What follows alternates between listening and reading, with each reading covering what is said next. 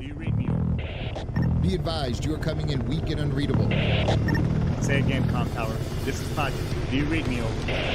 Pacho, this is Com Tower. I read you Lima Charlie. Com Tower, Com Tower.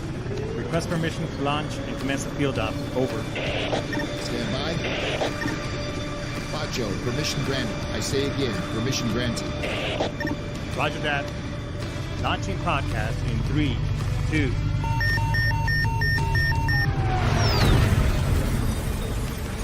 You are now entering the field op with your host, Pacho Correa, Chief Warrant Officer 3, United States Marine Corps retired. Get some. Hurrah!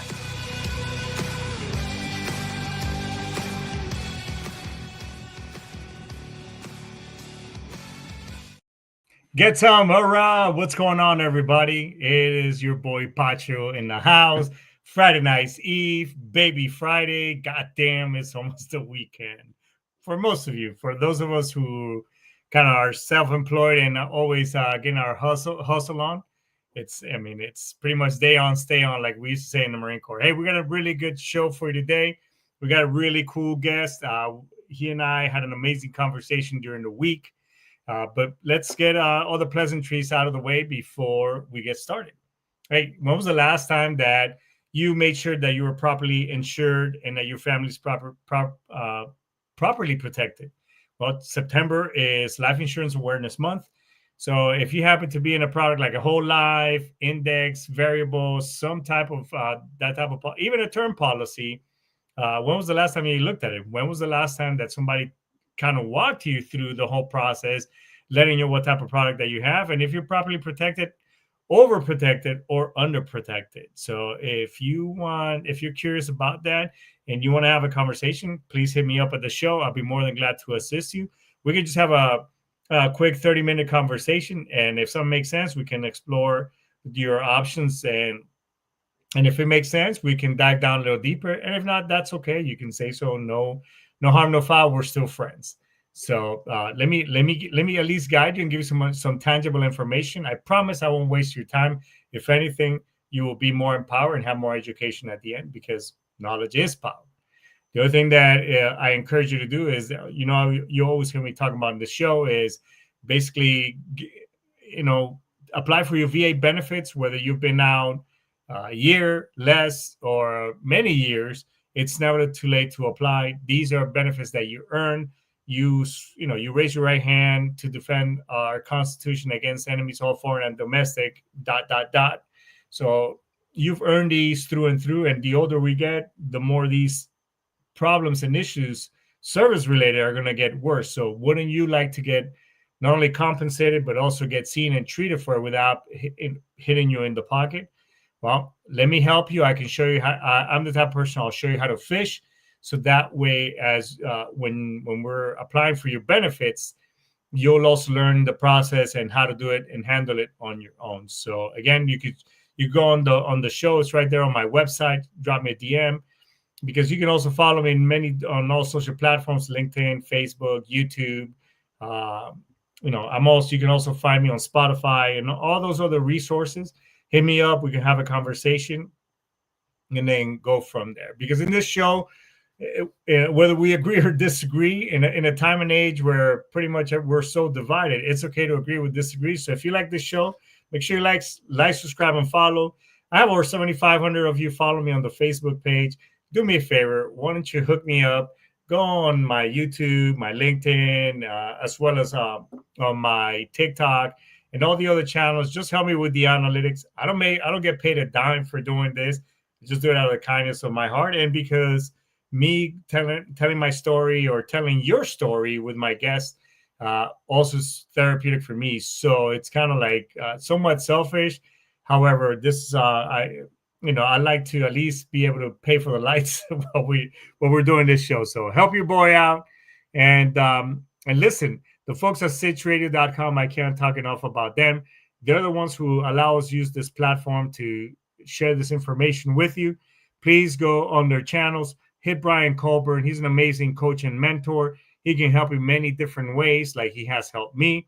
So just gotta have a conversation. So again, because we're all about the first, all our constitutional rights. And again, I supported and defended the Constitution. So wouldn't you like to at least have a conversation and support your fellow podcasts? All right. So that's pretty much for all the pleasantries, everybody. My next guest, he served for many years in the Navy. His story doesn't just inspire; it pretty much it slaps you awake. He and I kind of walked in the same type of coral frame shoes. Get it, because we wear coral frames while we're in dress uniform. And we had an amazing conversation, so much so that I was like, dude, we got to get together and talk about this shit on the show. So, his voice, they couldn't keep him quiet. He got louder. And by him working on himself, he also is now helping others. So let me just bring Rob Greene to our show. Let's give him a big round of applause. What's going on, Rob? Morning. Thank you for having me on. Appreciate being here.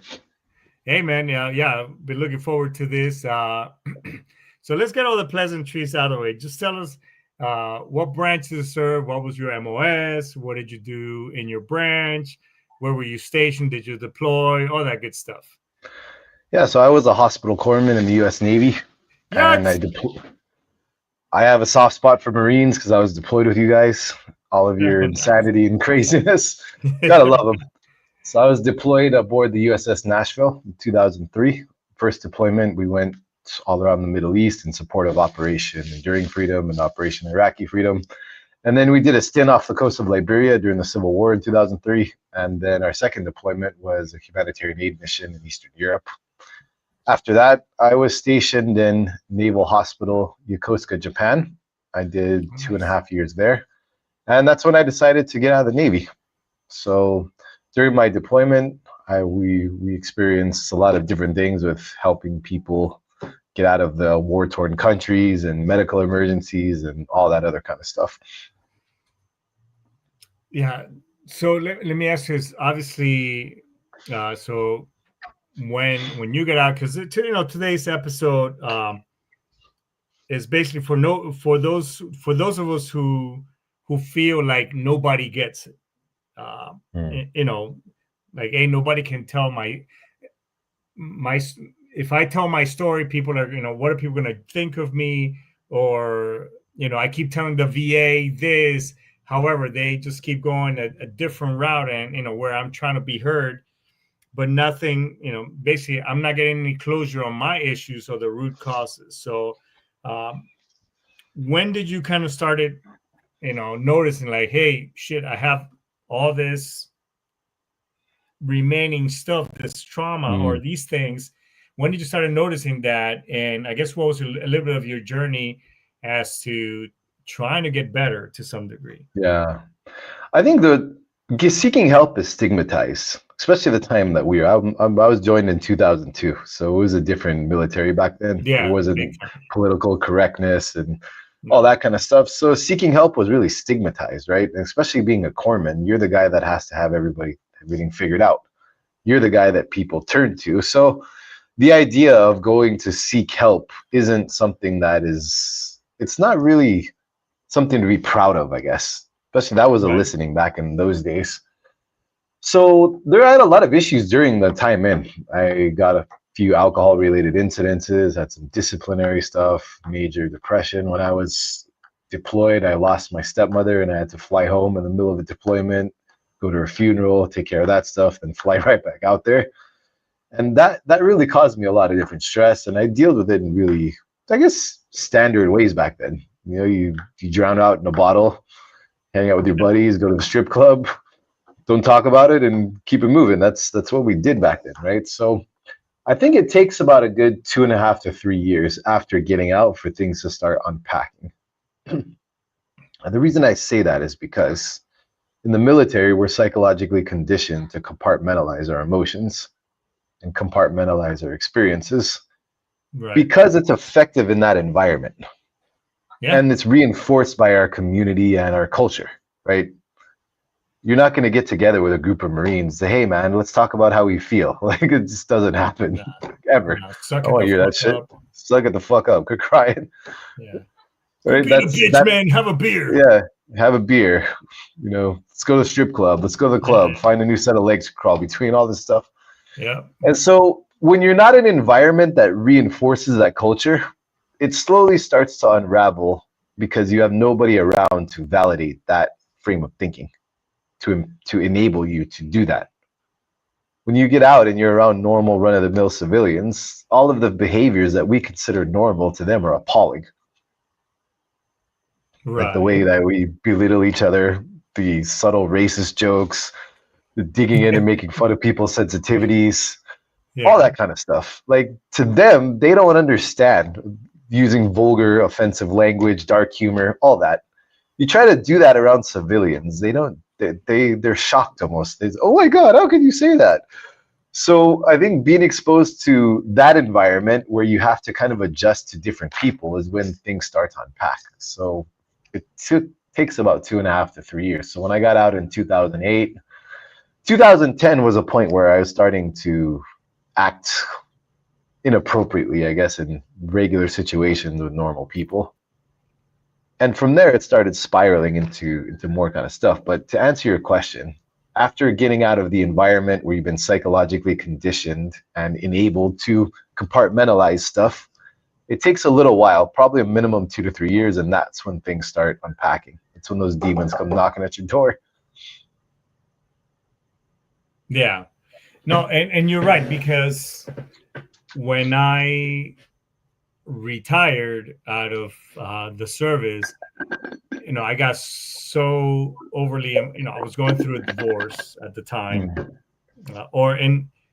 making steps to just kind of leave that situation. And that's another story. But, it wasn't really until like 18, 19 time frame after I retired because I got so sucked into, hey, now I gotta grind and freaking. Yeah. I mean, I'm no longer a Marine, but I'm the safety guy now, and then all that bottled up stuff just kind of started coming out. I was like, man, I'm falling apart again at the seams, and I'm going kind of silent. So what moment, I guess, the things kind of started unraveling for you, and where do you feel like, as you're trying to get help with the VA, where did it feel like, okay, this is kind of not working for me, is more failing me, and what needs to change? Okay. So for me, it was really around 2015. So that's almost 8 years after I got out. Okay. I lost my father to suicide. And this happened when I was on a volunteer humanitarian aid project in the Philippines. There was a super typhoon that hit a region in the Philippines, and I was there volunteering, digging bodies out of the rubble and doing what I used to do in the military. And then I got a call from my sister. Hey, Dad's been found in his apartment with a gunshot wound to his head and half his head blown off. We need you to come home now. And so going there, right, I had to take time off of my job again because I had a career I was trying to manage. Flying across the world on Christmas or New Year's Eve from 2013 to 14, going into my dad's apartment to see the scene where that happened, where they didn't fully clean everything up and there was still brain matter splattered on his TV and a chalk out on the floor and giant puddle of blood stained on the carpet and all that. That really hit me pretty hard because I was going there with my brother and my sister, and they couldn't stomach it. Both of them, my brother vomited immediately and he ran to the car. My sister started crying, and it's like, I can't do it. So I was the one that had to go into the apartment and salvage some of our family heirlooms and kind of get stuff out of there before the police totally sealed it off as a crime scene. Like, my dad's apartment manager was nice enough to let us do that. And so a few days after doing that, I have to fly back across the world, back to Asia, and go back to work and just kind of carry on like nothing happened. And that's when things started to really unravel. I got my insomnia came back. I'd have constant flashbacks to that scene. Then all the stuff from the military would start really coming up. And I guess it was like kind of having a broken arm and then someone hitting it really hard. You know what I mean? You're kind of keeping stuff together, but some new injury comes in and it really just makes everything fall apart. So that was a point for me. And I leaned into my unhealthy, toxic coping mechanisms I learned in the military. Drink it away. So it started out with, once or twice a week, and then once or twice a day. Sometimes, like if I wasn't at work at my desk doing my job, I wasn't sober, and I couldn't be because it was just too much. And I was just trying to compartmentalize and shove everything down and keep busy, and it was failing pretty bad. I was starting to have these mood swings, these erratic outbursts of emotion. Like I couldn't really separate what I was feeling versus what I should do. Like the muscle that holds that giant barking dog in a cage was starting to get really, really weak, and it started to affect my career. I remember I was at work one day, and then we had a disagreement with a different coworker, and I chewed him out the same way I would chew out somebody that was one of my juniors, and I made a grown man cry in the middle of the office. Nice. I mean, and I praise you for that. However, you see, this is the reinforcement that keeps us in these patterns. Exactly. See that? Fuck yeah, he had it coming. Yeah. I know. But everybody in my office was shocked, and they were afraid. Like, oh my God. And shortly after that, not to my surprise, I was let go. Right? And then this would happen when if my previous fiance and my previous relationship, that my emotions would come out on her a lot because we're closest together. And that relationship also fell apart. And I remember after a weekend of binging and drinking and partying and kind of digging myself down this dark hole with substance abuse, she told me that, hey, this isn't working out. You really need help. And I wasn't trying to hear it. I was really resistant to the idea. And then that's when I made an attempt to end my life. Luckily, she stopped me. She was about 130, 140 pounds, British woman. She tackled me into the wall in my room. And I dropped the weapon I was holding, and there was a giant hole in the wall from where she rushed in and tackled me to stop me. Luckily, she did, because if she didn't do that, I would not be here. And so that was like, all right, I need help. Like, this is beyond a red flag. This is a giant red siren blaring at 500 decibels. Right. Like, this is it. And so I go down to the VA, and I told them, okay, this is what happened. They're like, all right, fill out this paper, come back in 2 weeks, we'll give you an eval. 2 weeks go by, go back there, do an eval. I say, okay, you're going to ask you all these questions.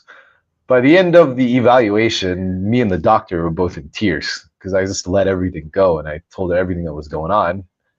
And they said, all right, this should take about 1.5 to 2 months. Then we're going to let you know what your decision is, and if we can help you or not. 2.5 months go by. Everything progressive in my life was really starting to fall apart. My career was down the tubes. My ex left me. Every day I was just kind of holding on, just to like, what am I doing? I was just kind of feeling lost, but just trying to hold things together the best way I knew how, not to do anything crazy. And so it was, around 2.5 months later, they said, all right, you have a severe case of PTSD. I was like, yeah, obviously. Like, well, what do? How do I talk to somebody? Well, you have to fill out this paper, and then you're going to go and get this paper over here, and this guy might see you in 8 months. Like, what the fuck do you mean 8 months? They said, yeah, we have a backlog of mental health patients. And like, you don't like it, you can try another VA. So I started calling other offices, and I was wanting to travel to go to other VAs, and it was the same thing. Standard wait time was 6 to 8 months for mental health. So that was a point where I was like, well, shit, what do I do?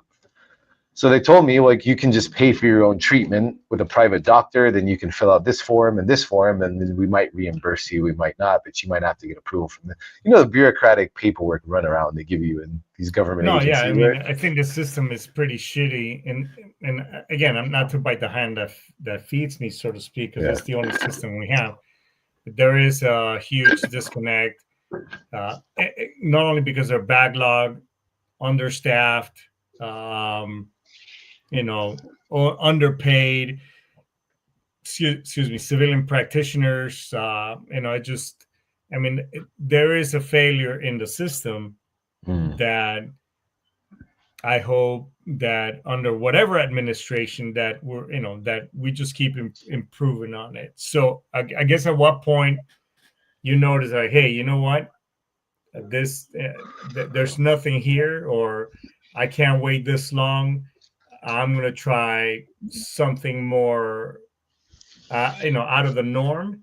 Yeah. but extreme. So when did you? Because I don't want to let the cat out of the bag. I want you to tell it. Well, I would say as a disclaimer, for the United States government to allot billions of dollars just to veterans, I mean, we have it good compared to other countries, to Yeah, their because there credit, ain't right? shit anywhere else. I know that Right. because I mean, I'm from another. I was born and raised in another country. yeah. I mean, if you look at countries in Europe, I'm not going to badmouth any country that I haven't personally lived in, but if countries in Europe, Asia, like there's nothing like the VA anywhere else but the United States. Right. So to their credit, like dad cares about us, but he gives the babysitter money and the babysitter's not spending it right. You know what I mean? Yeah. The babysitter's a stripper from freaking the Purple Yeah. Church in Oceanside. Dad gave the babysitter $20 for our lunch money, and we're eating off of 5.5, maybe Yeah, two sometimes, right? So that's kind of how I look at it. Like dad cares, but the people managing those funds, something's getting lost in the middle. So I'll just say that. But I started out with a conventional therapist, and the therapist would make me talk about these experiences and then prescribe me this buffet of pills. You need this SSRI and this antidepressant and this sleeping pill. I'm like, wait a minute, I'm already having problems with drinking and substances. And now you want me to take more shit into my body that conflicts with what I'm already doing. Like, then they tell you, oh, if you're taking this, it would be wise if you not drink. Okay, but I drink because I'm fucked up. So we'll just stop drinking. So I stopped drinking, then I started taking this other drug, another medication. But the urge is still there. I need help. I need therapy. I need someone to help me sort. And that wasn't happening. And I was paying this dude like $180 to $200 a session for him to just sit down with me for an hour. I air out all these problems. I get really agitated, and then he says, "All right, take this pill," and that's it. And after doing this for how many times? More than 10 times, spending like $2,000 almost, more than $2,000. I was like, I'm not getting anywhere. Right. I was like, I might as well go back to my old dealer and do what I was doing before. It's cheaper, right? Yeah. I mean, it's more fun. And so I was sitting in my house one day, and I was like, let me just start looking at alternatives. And I remember I came across a study that this practice of forest bathing, was going out in nature, is really good for trauma. I was like, all right, I've always liked nature. I'll just try that. So I leave my phone at home, then I drive like 2-3 hours outside of town, then just go deep in the mountains by myself. That's how it started. I remember doing that. I just go hike, just go out in the middle of the mountains, read the trails, I've never been there before, but I know how to read the trails, and just go get lost in the woods. And I started doing that almost every weekend. And it gave me such a great sense of peace. Just to be present in my body and present myself and present in nature. And I remember coming home one day, I thought, what am I doing here? I'm living in this house where my ex left me. Like my job is pretty much, it's said and done. Like I had, savings and I had my severance pay and all that. Why don't I just go live in nature? Like, fuck this. What am I doing here? This is not bringing me sense of purpose or happiness. Like I'm maintaining this house. It's just full of all these memories of something that it failed, right? So in 2016, I decided I'm just going to go move out to the jungle. So I got on a flight and I moved out to the jungles of the Philippines. I had a friend who had property that he had leased a long time ago. He said, it's just sitting there. Why don't you go live out there, man? Go take it over. And so I took all my savings and all the money that I had, and I built a sustainable community, like an eco-village out there. The construction time was a year. So during that time, I learned how to live out there with the people that were from that area, the Kalibogan Tumundok tribes in Central Visayas in the Philippines. And living with them, it was kind of just went full in. I went full like Avatar, like with the tribes out there. Wild, man. Yeah. I went down to the thrift shop where all the locals bought like used old clothes, and then I was paying them to build for me, but I also joined the team as a recruit, I guess. Yeah. And I learned their ways. I learned to speak their language. I learned how to cut and harvest bamboo. I learned how to build the way they build, because they don't use any nails. They tie everything together with fishing line because it doesn't rot, and when the wind comes, it moves, right? So I learned how to do that. I learned how to farm. I learned how to sail. I learned how to hunt. I was just out there. I was climbing coconut trees 3 times a day. I even went full wild, man. Sailing around on different islands. It was great. And the fact that I was integrating into the community made them respect me. And it was a great experience. And after the first year when my place was built, I was inviting people over for eco tours. So I would take people off grid to the different islands in the Philippines that the tourists don't go. Beautiful places. You wouldn't even believe these places look like they're out of Jurassic Park, right? No buildings, no people, no trash, nothing, pure. And when that was happening, I was feeling a lot better. You know, I was starting to unpack a lot of stuff. I had a sense of purpose. I was calming down. I was having a healing experience, but I realized I wasn't healed because there's a caveat, right? Right. Having a healing experience means you're not fully healed. You just had an experience. So when I would get around tourists and guests that would complain and just kind of be civilians, I'd still kind of fly off the hinges on them sometimes. I'm going to leave you a bad review because I don't like it. Fuck you, fuck your food. Get the fuck out of my place. Like I would turn into that guy again, right? Yeah, so, yeah. And it wasn't good for business, obviously. Because, you know, people they're going to go write reviews on the internet or take videos of you flipping out. Yeah, I'm going to put a bad Google review. It's like, I'm going to beat the fuck out of you. Get the fuck out of my place. Like, I still had this sense of aggression, right? So I was like, all right, I need to take this a little bit deeper to the next level. Like, I got my training wheels on the bike now, and I can ride in circles. I need to get these training wheels off. So I started doing more research. And that's when I came across a study that was done by the VA and the University of Indiana on how yoga practices were helping veterans with PTSD. It's a controlled study of 120 people doing yoga 3 times a week. And they reported after 18 months, they said reduced PTSD symptoms, better sleep, better quality of relationships, better impulse control, better managing of emotions, better integration into civilian life. I was like, all right, that sounds interesting. Fuck it, I'm going to India. So I hired somebody to maintain my place, and I packed my bags and I flew over to the foothills of India to the city of Rishikesh. That's the city where yoga was created. So that's the source. That's the mecca of yoga. The mecca of, yeah. I mean, I did a show in regards to yoga and the benefits. And let me tell you, like you and I spoke the other day, I was that guy that I would make fun of, you know, oh man, yoga's for pussies, Yeah. You know, hippies, blah blah blah. And it's not a real workout. You're doing yoga because you're too much of a pussy. You go to the gym. Yeah, no, and I mean, and the benefits of it. I mean, one, I don't skip a day. 2, and it's great for sex. If you don't believe me, I'm telling you, try it but you got to try it for at least 60 days. But let me tell you, for guys, and I hate to say it because now for guys my age, I'm in my 50s. I mean, it does fucking wonders, gents. Just saying. So.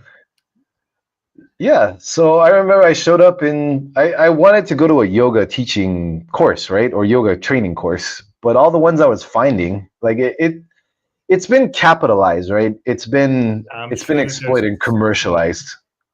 So going to these schools, and it seemed like just like an iteration of a college kind of class where you have these kids that are in their 20s, maybe late 20s, early 30s, and they're having these kind of gossips and arguments about who's fucking the instructor and how many people don't like each other. And I just went into these and I was like, what the fuck is this? This is not what I'm looking for. Like, I'm not here to hang out with a bunch of these fucking kids. Like, I need to learn this shit for real.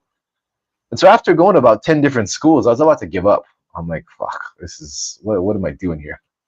So I was in this place in Rishikesh called Laxmanjula. And I went down to the river.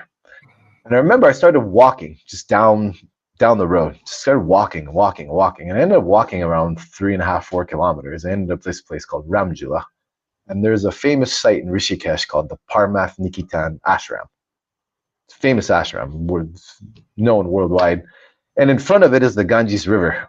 And in front of the river, it's crazy. There's a bunch of giant bulls running around that could easily kill you, right? They're huge, like 1,000-pound bulls everywhere. They call them Nandi. And there's cow shit everywhere, and there's giant monkeys, these langur monkeys, and these little macaque monkeys that go around and steal your shit. And there's thousands of people. It's just chaos. And so I just sat down by the river, and this guy in a dhoti, and a turban came up to me. He said, "My friends, what are you looking for?"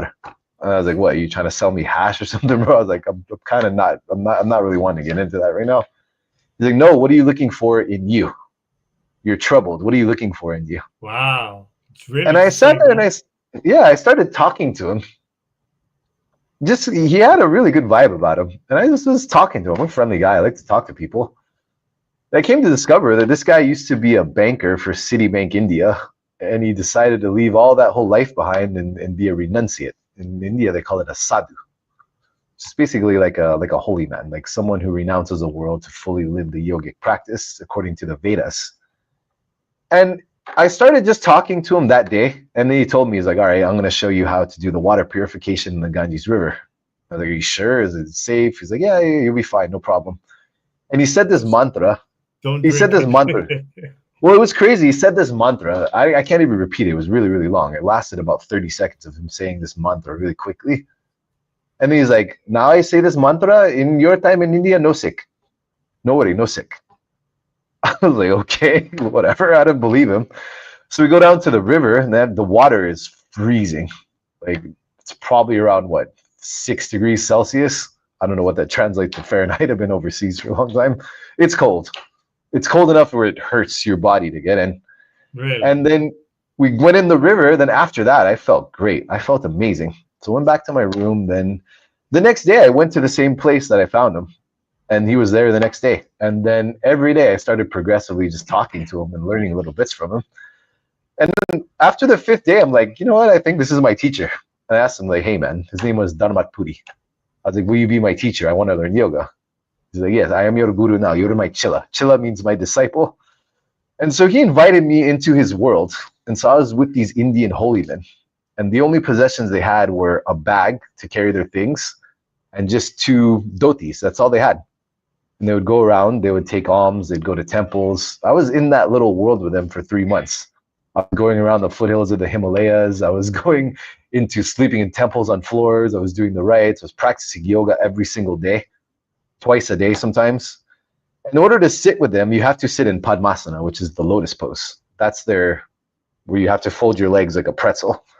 In the beginning, it's really, really difficult to do because it hurts. How is this? I mean, I can't put like my I mean, I'm pretty flexible, but I can't do the whole like legs like this, and actually your legs fucking fall asleep. Yeah.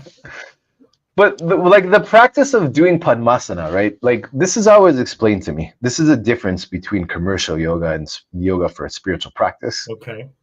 The idea is, in the beginning, you use the body as a vehicle to focus your awareness into your present activity. Because if you try to meditate after, doom scrolling or just coming home from work, your mind's all over the place. Right. It's hard to be present. So you use the breath and the body as a vehicle to channel your awareness into your body. Once you do that, you graduate that awareness to the self. And then you can be in a position to meditate because you've graduated your focus from your body to your internal body. They call it your doshas, right? Once you have your focus into your internal body, then you can do something called dhyana, which is focused meditation. So this is a progression. When you're able to do Padmasana, you do a certain series of yoga poses that releases deep-seated tension within the body. So a lot of emotion comes out. A lot of experiences start to unpack. A lot of things come to the surface. And in the progress of doing that, you progressively let go of emotions that you're holding on to. Because in the Ayurvedic science, Ayurveda is like the Indian medical science, they have a belief that every corresponding emotion that you're holding on to creates an effect in the body on a physiological level. And there's places in the body where different emotions are stored. Like grief, for example. If someone is sad and feeling grief, they do this. They're hunched over and they have a heavy feeling in their chest because they say grief is stored in the lungs. Anger, for example, is stored in the liver. So if you're an angry alcoholic who drinks every day, he usually gets a liver problem, liver cirrhosis. Oh, wow. That's Tension, stress, and worry are stored in the hips. So if you're an older man and you're doing a lot of yoga and you're increasing the circulation to your hips and your root chakra area, obviously it's going to increase your sexual performance because there's more energy and blood flow and nutrients getting to that area of your body, right? So scientifically learning this really helped me unpack a lot of stuff. All these kind of monsters in the closet sort of coming to the forefront. And one of the key takeaways of the experience is that the mystic and the lunatic are almost the same person. The only difference is that the mystic has practices when the lunatic does not. Whoa, it's pretty So deep. when you start to do this stuff and you start to meditate and you start to open up these memories and experiences, you do these practices, you're going to effectively lose part of your mind. You are like, you're going into different dormant parts of your mind that you don't visit normally. And this is why in New Age spirituality, you have so many crazy people, right? You have these people that wear crystals on their forehead and they think they're from, the Pleiades and all this other kind of wacky shit. Right? Because the exploration of this practice it requires you to be grounded in the disciplines, which is something that's conveniently left out of New Age spirituality. The discipline, the commitment, the dedication. Like every day you get up at 4 o'clock in the morning. That was my training. Every day, no matter what time you go to sleep, every day you wake up 04. And then you start your day with chanting, prayers, meditation, asana, and then sitting in padmasana and doing the rites. This is something you have to discipline yourself every day. You have to practice brahmacharya, which is sexual discipline. So you're not allowed to pleasure yourself or have lewd thoughts or go through the act of sex while you're training. It's strictly forbidden. But then you turn around in New Age practices and people are jumping in bed with each other left, right, and center and doing tantra and all this other stuff. So I don't know, not to go in too long of a tangent, but I guess the main takeaway from this is that when you start to explore deeper parts of the mind, you have to really ground it in the traditional disciplines and framework that contain the experience, because if not, you become a fucking lunatic. So after you were in, how long were you in India? That I've been to India about 4 times. That time around, I was there for 3.5 months. And going through that. After you went through that process, I guess that one stint, so to speak, what happened from there? Because I know you went somewhere else. So from there, I was able to unpack a lot, and I really transformed a lot. I really got a lot out. Like there was a lot. What did you get out of it then? I was able to release a lot of baggage. Number one, because all the compartmentalized emotions and all the things I just shoved down, they come right up in your face when you do these practices. Okay. And so I had to confront a lot of things: how I really felt about my father's death, how I felt about my experiences in the military. All of the things I swept under the rug emotionally were all coming to the surface for processing. And doing a lot of that processing, it kind of really made me realize what healing really means in terms of an unconventional definition, right? Healing is a process of deflation. Meaning, if I have emotions around a certain experience and they're very charged and powerful, whenever I get triggered, whenever the conscious mind aligns with that experience, the emotion hijacks the thought process. Right? You can see this when people get triggered and aggressive. If you say something they don't like and they have a lot of emotion behind it, the emotion will hijack the thought processes because it's very powerful. Right. It's highly charged, right? The process of healing is deflating those emotions so they can't hijack the thought process. So it starts out as this, giant 248-pound convict with huge muscles and tattoos, and by the time you go through it enough, it ends up being a little 10-year-old twerp where you just look at it and say, okay, I can recognize you, but you're not hijacking my thought processes anymore. You're not affecting me like you used to, because the emotional energy behind the experiences have been processed and released. So that was the biggest takeaway from India. So to answer your question, the next thing I wanted to do is I wanted to go reclaim my warrior practices. So I went to China and I studied martial arts in a Shaolin temple in the city of Rizhao, which is near Qingdao, kind of the central northeastern side of China. And what did you, man, because I think you've taken a very I don't know, I guess like not only spiritual, but I mean, this is like shit that you see in the movies where somebody goes in this walkabout, but first you hit, going, becoming very primal, going into the jungle and stuff. From there, now you became this spiritual sort of Buddha approach to the self, and now you're going into Shaolin 36 chambers, Mm. freaking Wu Tang, and let's just become fucking John Wick type of shit. You know what I'm saying? I mean, with a caveat here, man, like studying martial arts for the purpose of violence is not something that I was Right? Yeah, it's really completely after, right? different. Yeah, Because like if you think about the practice of martial arts, it originated from Buddhism, right? The whole right, Shaolin temples and whole thing, because an Indian monk called Bodhidharma, in Chinese they call him Damo, he traveled across the Himalayas to share Buddhism with the Taoists in China. And he taught them yogic and meditation techniques to strengthen their practice, their spiritual practices, because they didn't have those in those areas of China. And so what happened was they would have these temples that were sponsored by the state. They had a lot of gold statues that were in honor of the Buddha, but thieves and robbers would come and try to take them. So the monks were left with no choice but to try to defend them, because if the thieves and robbers took the statues away, the state wouldn't sponsor them anymore. And sometimes they would have to face punishment from the rulers, right? So they developed fighting system based on mimicking the movements of animals, because they're in nature. This is why in Chinese martial arts you have all these animal styles, because those were their teachers in terms of mimicking movements and adapting them to human physiology. So the whole premise was protection and defense. It wasn't about, I'm a killer assassin, I'm going to go beat everybody up. It's you stay in your Buddhist practices and you stay in your peace, but if someone comes to rob you or harm you, you got to handle them, because if not, the ruler is going to give you hell to pay because you lost a right. 300-ton gold statue. You got to answer for that, right? That was kind of the premise it was built on way back then. So for me, learning martial arts was re-tapping into a warrior practice without the compartmentalization. How do I use those emotions and tap into that to get to a new plateau in training? And that was an intense experience. I stayed about 3.5 months there. It was in the Jian Taigong Martial Arts Academy in Rizhao City. My teacher was a 36th generation grandmaster in Chinese martial arts. His name was Master Zhang. He was about 5'6", about 160 pounds of muscle.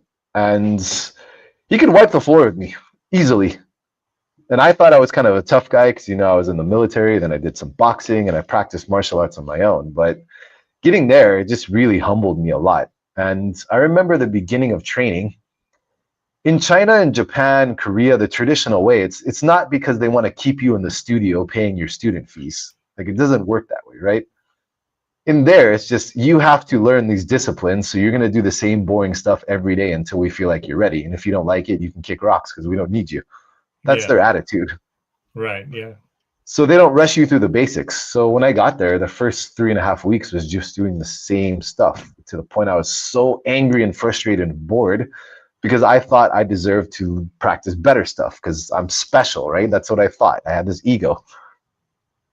And, just to give you an idea of a typical day, at 4 o'clock in the morning, they ring the gongs, and then they start doing the Buddhist prayers and meditation, or Buddhist chanting, and that's your call to come to meditation. So you come into the temple and they have the 3 Buddha statues, and then you have to do the sutras, which is all done in Chinese. But if you're a Westerner, you just kind of sit there and follow along, and they have like an English translation where the Chinese words are written in Roman letters, but you probably can't follow along until you've been doing it for like a month.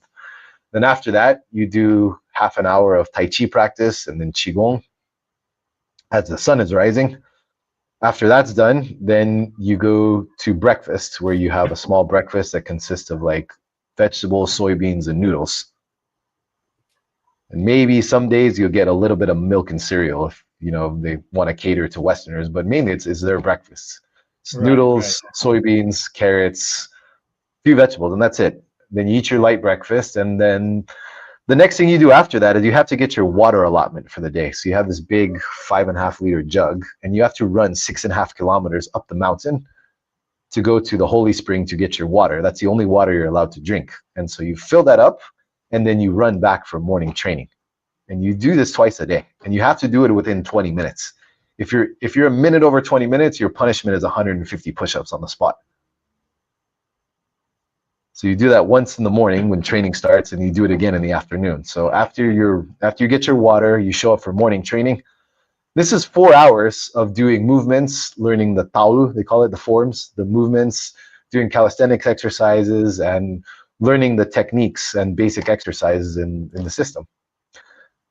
12 o'clock rolls around, and then you eat lunch. And lunch, they give you a long lunch break, which is 2 hours. So you eat lunch, which consists of more vegetables, noodles. They give you a bit more tofu. Like, you don't really get a lot of meat there because it's against their mushrooms sometimes. And then you get an hour break to kind of rest and relax. And then at 2 o'clock, you do you run to get your water again. Same thing again. And then you do your afternoon training, which consists of the same thing. And this happens 6 days a week. And what happens on the 7th day? So the end of the 6th day is the worst. This is called the temple run, right? So you'll have to climb up a mountain. The mountain is about 800 to 1,000 meters. And then you go up one side of it, and then you go down the other side to the temple. The temple has around 3,182 steps. And so the temple run means you have to run from the bottom of the temple all the way to the top and back. That's one repetition. You have to do that 10 times after a whole week of training. And then after that, the next day you have a rest day where you're allowed to stay in your room, sleep, stretch. You can study Chinese calligraphy, study the language, go out in town. You can go to the grocery store and buy the stuff you need. And that was it. I did that for 3.5 months, man. It was rough. It was a rough experience, but I remember there was a point where Master Zhang broke my ego. I was getting really frustrated of doing the same kind of things. And then he brought the translator over. He says, he basically asked me, like, why do you have an attitude? Why are you angry? I told him, I want to learn more techniques. I'm an advanced practitioner. And he's like, okay, attack me. I was like, what? He's like, attack me.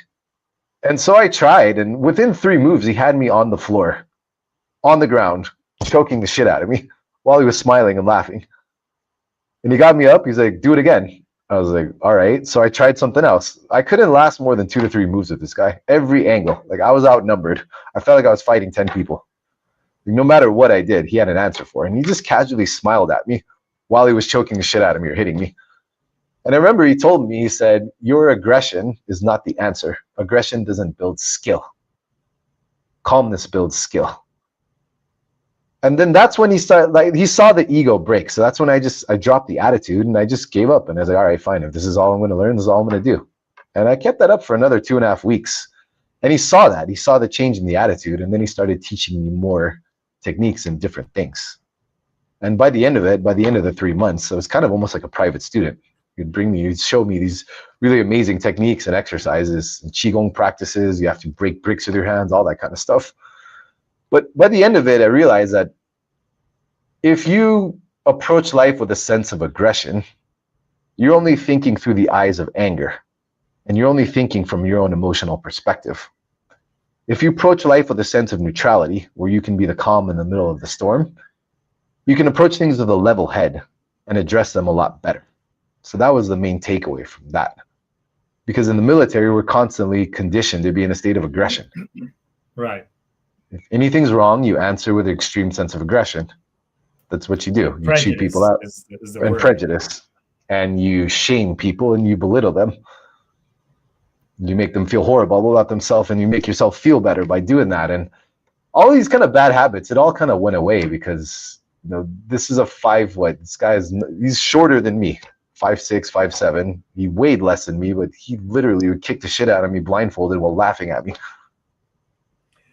So to go back to your point, I think, more so because we're conditioned that, hey, this is how we assess a threat, we make a decision, and we go go all out, because there is no ifs, ands, or buts. Second guessing will cost lives.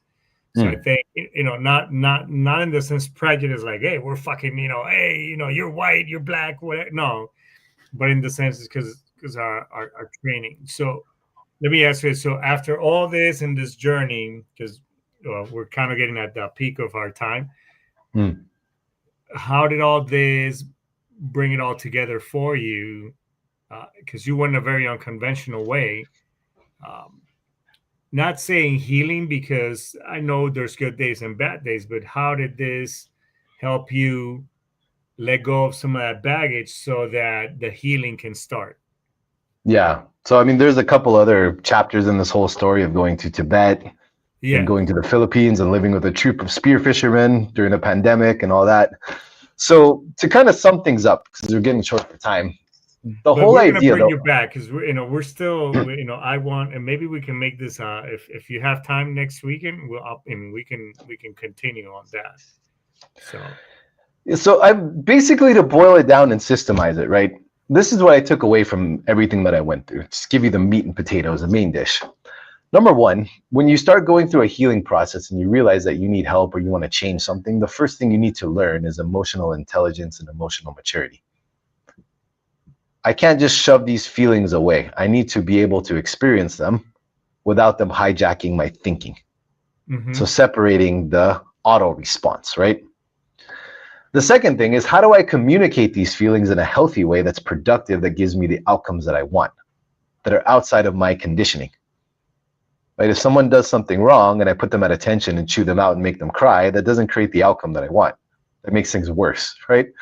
It might make me feel good to impulsively act on these things I've been conditioned, but how do I stop myself from creating negative outcomes? Because when you're traumatized and PTSD is running your life, chances are the impulsive behaviors and actions you take create bad outcomes that you have to later do damage control for, right?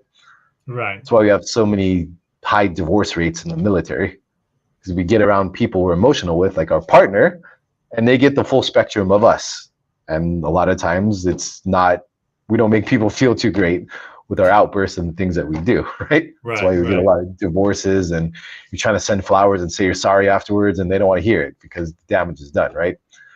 So that's the first, that's the premise of it. Learn emotional and maturity and emotional intelligence. The thing after that is deconditioning and deprogramming. There's an acronym I created called TURBO, TERBO, which means this is how you're psychologically conditioned: trigger, emotion, reaction, behavior and belief, and then outcome. So if you can identify your triggers, you'll be able to feel the emotion. When the emotion comes on, it elicits a reaction. I feel a sense of panic and anger. The reaction is, am I going to compartmentalize or act on this? 9 times out of 10, we compartmentalize. And the times we act on it, we do it because we need to, right? Right. And when we act on it or compartmentalize, it creates a behavior and a belief. So we're going to do something or act a certain way or take on a certain attitude or persona. And when we do that, it creates an outcome. Now, most of the time, if we're not aware, those outcomes are not what we want. They're bad outcomes.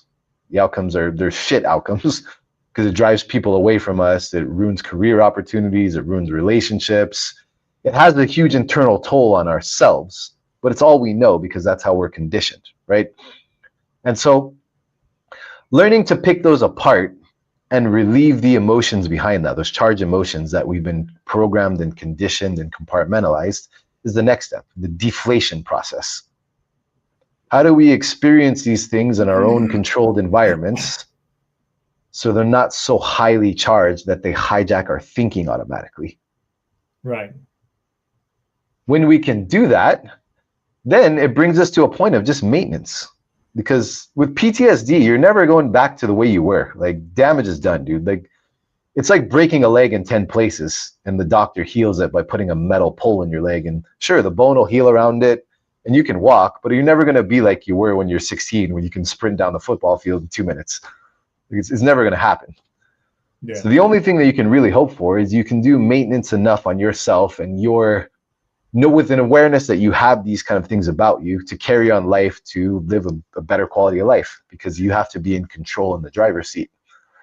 Because the main takeaway I learned from this whole thing is, like, you can't outsource your healing to an organization without playing by its rules and following its agenda. That's true. Meaning, if the VA or conventional psychology's agenda is to fill you full of medications and do it their way because that's how they know how to do it, then that's your option because you're relying on them. If you have a problem and you don't want that, then it's your job to figure it out. Because maybe it's not your fault. Yeah, the military fucked you up. We all have our story. It's not your fault, but it's your problem because you got to deal with it. So you got to take control. You got to sit in the driver's seat and do something about it. And that's what I did. And hopefully I can start to share this with people because there's a lot of people out there that need a lot of help. And what I found makes sense and it works great for me. Maybe it's not for everybody, but if I can explain this rationally and put it in terms where people understand it and make it practical, then I feel like they can benefit from it. Now, you wrote a book, and it's on the show description as well. And do you also do coaching as well? Yeah. Because, Yeah, obviously definitely. because, Western medicine and everything, blah, blah, blah. But you do, and I think, because a lot of stuff, I'm somebody who, I believe Western medicine has a place. Yeah. However, it's not the Band-Aid that will keep it all together. So, but tell us a little bit about what you do and the help and the resources that you provide, bro. So if anybody wants to read the book, it's there. It's, I don't know, I think like $20 on my website, something like that. And it goes through the whole story. It's 220 plus pages outlining everything, every step of the way, between living in the Philippines, going to India, going to China, going to Tibet, living back on an island during the pandemic, learning freediving and spearfishing for breath control, all that kind of stuff. And it sums up the journey and it makes it practical and easy to understand. So that's the easiest way to get some of the information. If you have a specific problem you're trying to address, if you've been failed by the system, if you want to learn mindfulness, if you want to take a different approach, then I definitely help people. I have a one-to-one option or a group coaching option. We get in a group and we talk about these things and we go through the practices. So I teach people the practices that I've learned and how to implement them in frameworks with lifestyle changes, so you can actually start to get a handle on this and learn how to tame this beast and coexist it. It's like taking a wild dog that's a wolf and taming it to be your house dog. That's what's happening in your head. You have this wild dog of charged emotions and past experiences and trauma, and you got to show it who the master is, and you have to know how to train the dog, I guess, figuratively speaking. So the techniques are around training the mind, training the body, and putting yourself in a routine where you can be in a state of mind and being where those things are not hijacking your thinking. Now, are you going to have bad days? Sure. You are. You're human. We all have bad days. But these practices and these frameworks are going to help you recover and help you manage things a lot better so you can enjoy life without being held hostage by your past. And I think that's really, really important for a lot of people suffering from this stuff, because you're anchored to your past. Yeah. No. Dude, it's been a really cool show. As a matter of fact, we usually run around 35, 40 minutes, but oh, okay. No, it's cool. I mean, it's a great conversation. I think maybe next week we'll work out the details after the show, but I definitely, I think it's important to, so I know we skipped some really, some other parts of your journey, but I think to, kind of leave them hanging. And for, hey, look, and by the way, if I started reading the book, Rob and I just connected this week. I myself started reading the book. There's a lot of good stuff that obviously, it's kind of like watching a movie. When they make a movie out of an entire book, I mean, you're not going to get every details because of time frame, but I'm telling you, it's well worth. I mean, $20 is really underpriced to be quiet. I do a lot of reading. So I highly encourage everybody here to go to his website and read this book, because there's a lot of good shit that we're missing in between that we talked about. And it just makes you like, oh man, I mean, some of you may call it extreme. Well, that's pretty extreme to kind of address his things. But I will beg to differ, because, aren't we worth it? Aren't we worth that journey? Aren't we worth going to extreme, if this is what we got and this is the only body, mind, soul, and spirit that we have, isn't it worth it to go to extremes so that you can go, find yourself again and live out this remaining lifetime, in tune and aligned? I mean, shit, I think so. You know what I'm saying? Yeah, definitely. Especially in the military, you go through extremely traumatizing experiences, so you need extreme solutions sometimes. Yeah, 100%, dude. So, hey, everybody, it's been Rob. Dude, you're an amazing individual. Thank you. Definitely, Appreciate it. we'll work that stuff out. But yeah, we'll definitely have to bring you back so we could, give them a little bit of the rest of your story.